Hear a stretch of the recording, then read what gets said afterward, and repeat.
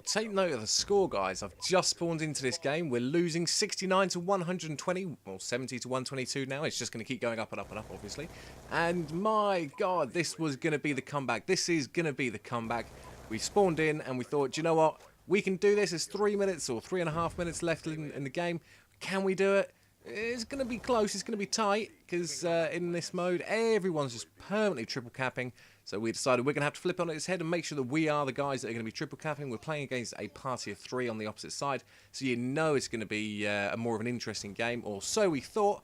But obviously, you know, we're going to turn it around. We're going to pull it back because, you know, that's just what we do. That's just how we play the game. You know, we want to win the game. It doesn't matter what game mode we're playing. We want to go out there. We want to try and win and hopefully make games as interesting as possible for you guys. Ooh, that was a bit of an exchange of C4, and luckily for me, mine exploded just slightly before the other guys, so that was quite handy. So you're going to see in this game, guys, we are literally just going flag to flag to flag to flag, just capping, calling in lightning strikes, calling in counter UAVs just to fuck them all up, and of course the obligatory UAVs as well.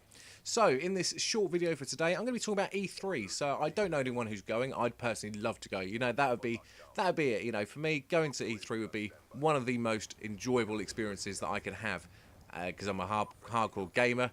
And it would just be great fun to go to the States, to go to, I think it's LA, to go to E3. That would just be absolutely awesome. I'd love to do it. Maybe I have to kind of set that on my bucket list for my life to go to E3 at some point.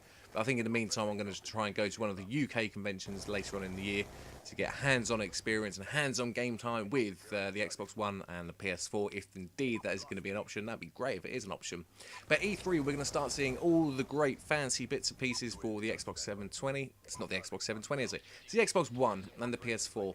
And I think this is probably going to make up my mind at E3 which system I'm going to be going with for the new generation. Because I'm really torn, really am torn, because the PlayStation, on the face of it, it just appears to be a gaming machine, and that's all it's going to be designed for, just for gaming.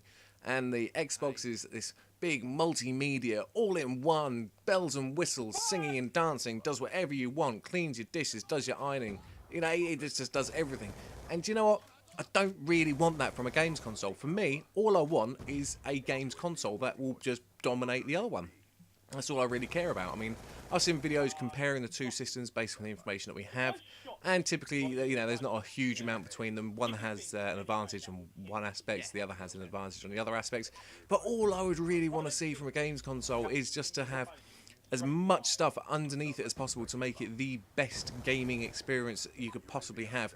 I'm not really into this whole snap and slide and Skype and all this, that and the other, because I've got all that on my PC. Obviously, my PC is linked to my Xbox and my television and my PC screen, all in one room, all in my spare room where I do all my gaming and my video making.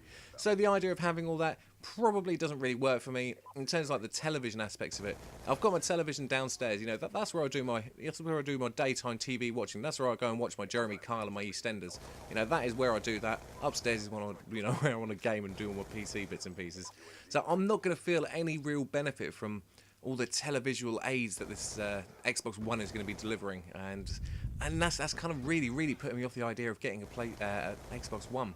Maybe I'm going to see some things at E3 that it's going to make me change my mind, and I sincerely hope so, because certainly for the last 10 years while this system's been out, I've been an Xbox fanboy, and I'd love to carry on being an Xbox fanboy, but I'll go for the system which is going to work better for me. I mean, years and years ago, I mean, pre-Xbox 360, I was always a PlayStation guy. Or I had the PlayStation 2, I had the PlayStation 1.